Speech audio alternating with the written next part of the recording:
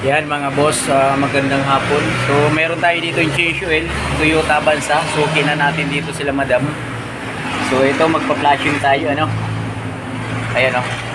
So itong flashing oil ay recommended naman sa gasoline engine and diesel. So ito ihalo natin sa lumang langis mga boss.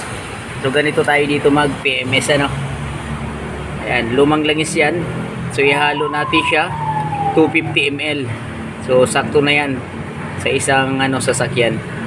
Pag truck, syempre 2 piraso ang gagamitin natin dyan. Ayan. Syempre pag hinalo na natin, paandarin natin siya ng 3 minutes. Ayan, balik natin ang takip. Okay. So ito mga kaibigan, mga boss, sorry, hindi pala siya 250, 500 ml. So kalahating litro ang capacity niya. So ayan paandarin na lang natin ng 3 minutes. Si Toyota Avanza. Sulit suki na natin dito si madam. Dito na lagi siya nagpapa-change oil. Yun. So ang kanyang milyahe mga bossing is 50,000 kilometers, 854. So for replace na rin siya ng coolant, tapos in case na transmission fluid, pwede nang palitan yun. So automatic transmission. Ayan So start na natin para sa flashing oil. So ganito lang tayo dito mag-flashing mga boss. Meron namang flashing na i-drain muna yung lumang langis, tapos at saka lalagyan ng panibagong flashing. So ibig sabihin, pagka ganun ang gagawin natin, mga 3 liters siguro na langis ang pang-flashing natin doon.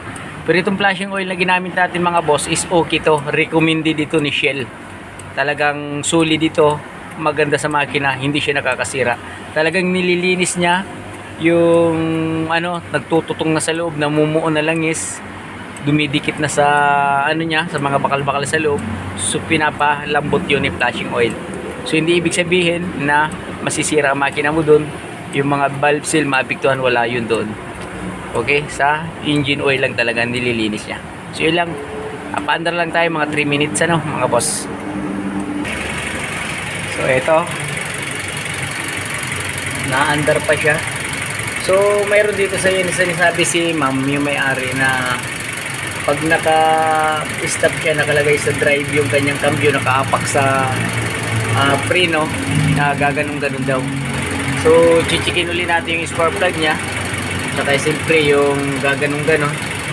So alam naman natin siguro sa transmission fluid, isa din yung sa dahilan na gaganong-ganon, kasi na-reach niya na yung 40 to 50,000 kilometers. So talagang palitin na. Saka ito mga boss, ayan air cleaner niya, maayos pa naman. Hangin na lang to kasi bago pa. Yan. So ito yung filter. Hindi naman to kagad-agad laging pinapalitan kasi syempre pag alam nyo naman ganyan kaputi pa siya, iba't mo papalitan, diba? Napakabago pa niyan. Hangin lang ang katapat niyan mga boss. Hindi yung prukit pabili mo ng pabilihin yung may-ari. Syempre kung ano yung palitin, palitan natin, diba? So yun lang, napaka ng PMS natin.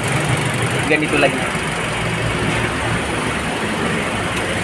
Ayan Toyota Avanza. Siguro year model nito mga 2017, 16. Ganito nga yun. So, ganito yung pinalitan natin ng ayan.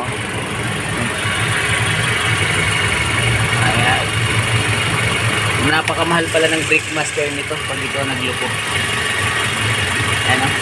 Libo yan mga boss. Pag kaya na masira, magano ka na ng 5,000. Pasya yun.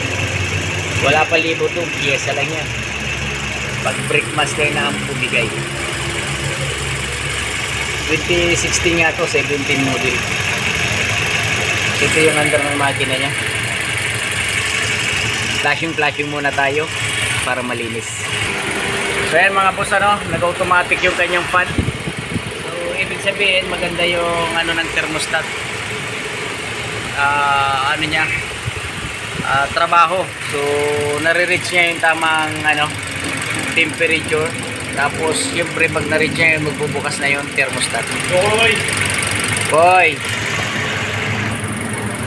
Boy, dyan pala boy ang switch niyan. Dyan, sa'yo. Oo. Ayun nga pala no mga boss, shoutout kay paring Rene. Yung ating sulit dito.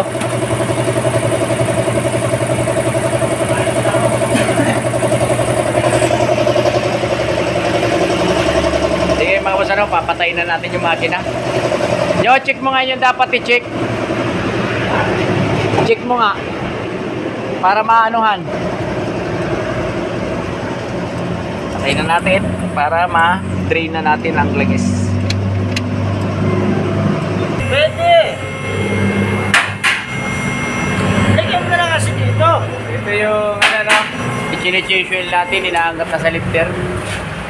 Sige, angat. Yo. Uy. Angat mo na. Ay mga boss inaangat na natin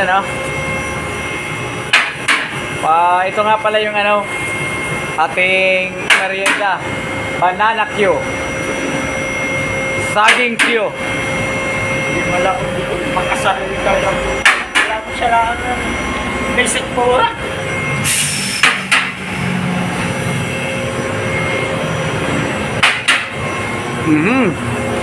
Sure. Nagpalit tayo, hindi pa tayo yung nagpalit dito. Ay mga boss i-drain na natin ang langis.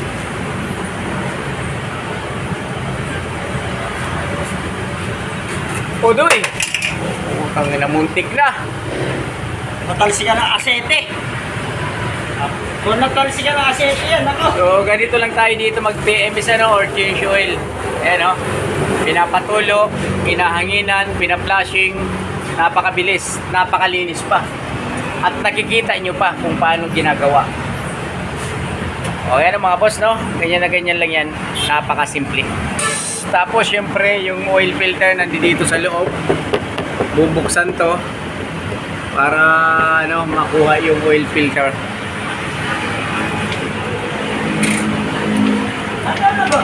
What? Oh, ang dumi na pala. So chichikin muna natin kung ano pa yung mga palitin na iba. So ito nagpalit din pala tayo ng transmission fluid. Ayan yung flashing, natuluan ng bago, tsaka pinalabas yung luma. Basahan niya nyo. Ayan, ilalagay na natin yung S4 na basahan nyo. Okay na? Ayos na? Oo. Diretso baba para masalina na ng langis. Sige, kasi pagka hindi natin tinarabaho yun, hindi yun matapos talaga. Dadala tayo ng so ito yung ginamit nating Anong dadala ng ETF, WS sa Toyota Avanza 2018. Kita natin dito sa salin. Buk na mo kaya? Up. Yan Tayo mo kaya buk na yung Imbodo. Yan. Bayaw na po, itayo mo yung budo. Ayan WS. So PMS na talaga ang ginawa sa kanya. Kasi pinalitan na ng ETF. Transmission fluid. Mga 3 liters mga boss yung capacity niya. Pupwede.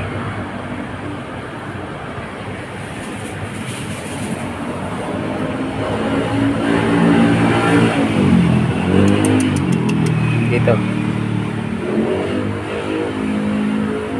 Ganda, hala. Paano ka matatapos nag-uulan-ulang ka mo? Mga sira ulo pala sila Sige, paanda rin na natin. Tignan mo muna. Yan. Sabi, nag-chat siya sa akin eh. O, start na natin para ma-check yung transmission fluid. So, i-start na natin mga boss, no, para ma-check natin ang ETF.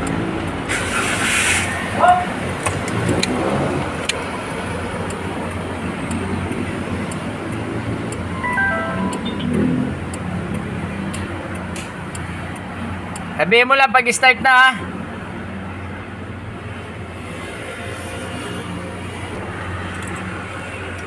Start.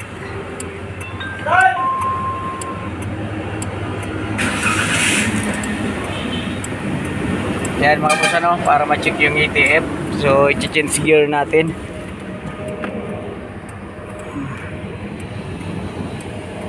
Oops.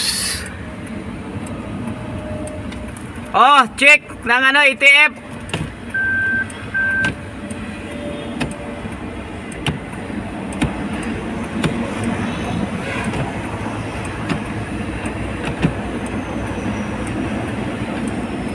Drive. Yun, ganun lang mag-check mga boss, no. Ilalagay natin sa drive para naikot yung transmission fluid niya. Yung langis na ilagay na sa makina, no, meron na. Okay na. So ayan, ipapark na natin. Okay, so yun lang mga boss, napaka-basic lang naman gumawa, mag-PMS. So ganito lang tayo dito, puro lang tayo PMS. So yun, pag-follow, subscribe, comment, share ng ating channel, Jess Mechanic Vlog. Jess Mechanic Vlog. Pa-support naman po ng ating channel. Para sa ganon, may matulungan pa tayong ating mga followers. Okay?